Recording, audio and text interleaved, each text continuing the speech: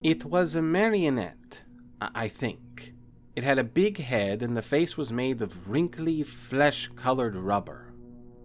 The eyes were gigantic, bulging white orbs with red pupils. The hair was black, made of some hard substance that didn't mesh with the rubbery skin. The teeth were huge, pure white and capable of moving up and down. The body and limbs were wooden, painted to resemble clothes, but the paint was faded. You could see the wood's natural brown in some places. Each arm and leg was a different length, but the hands and feet were pretty detailed. It made a loud clattering sound whenever it moved. That puppet followed me. I don't mean it got up and chased me, I mean it kept showing up in my life. My earliest memory of it is from my first birthday.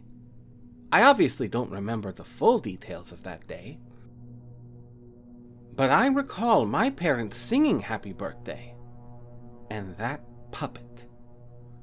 I don't know what it was there for. I just remember it scared me to death and I couldn't stop crying. When I was able to talk, I asked my parents about it, and they said nothing like that had happened on my first birthday. They must have thought lying about it would make things easier for me.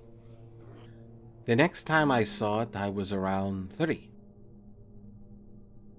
I was exploring a room filled with old stuff my parents had stored away and found a calendar. I don't remember its year. There was a photo for each month, but the only one I can recall was October. The puppet was its image.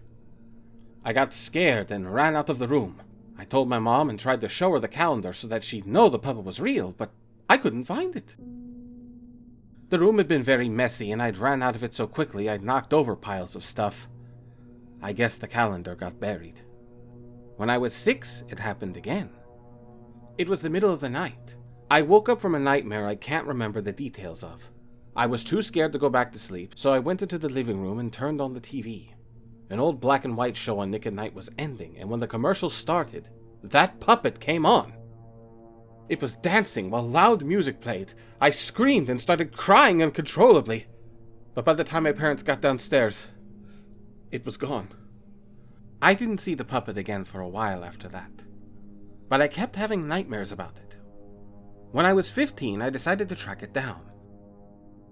Using the internet to try to find information about the calendar, the short, anything.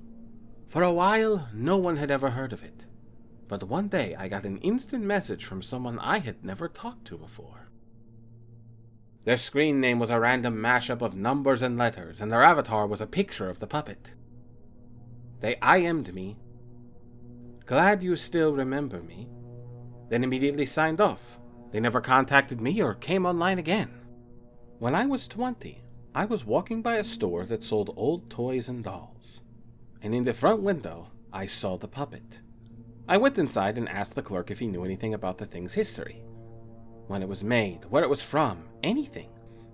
He didn't, and said the puppet had just been sold to the store a few days ago. I could have it for $6. I wasn't sure what to do. It still scared me, but having proof that it really existed seemed like a good idea. I bought the puppet and took it home. For a while I felt better.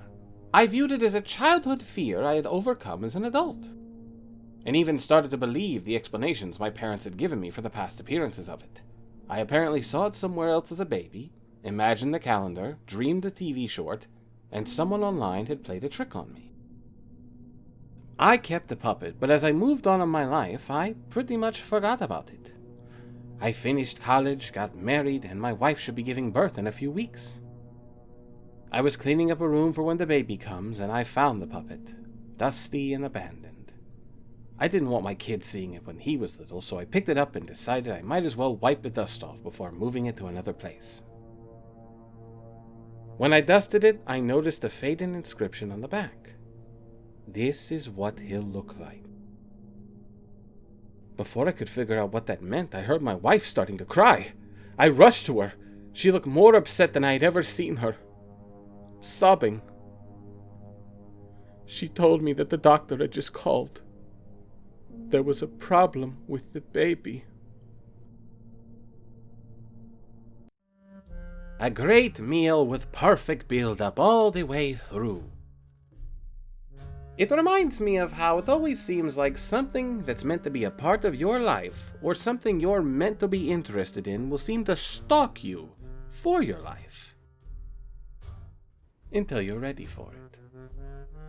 Whether you want it or not. So what did you think of this story? Let us know in the comments below. You can also recommend stories there as well, along with sending them to our email, boylesthecreepy@yahoo.com. Thank you for watching, and don't forget to subscribe to Wacky Puppets TV. My name is Boyles, and this has been Creepy Puppet Reads Creepypasta. Check, please.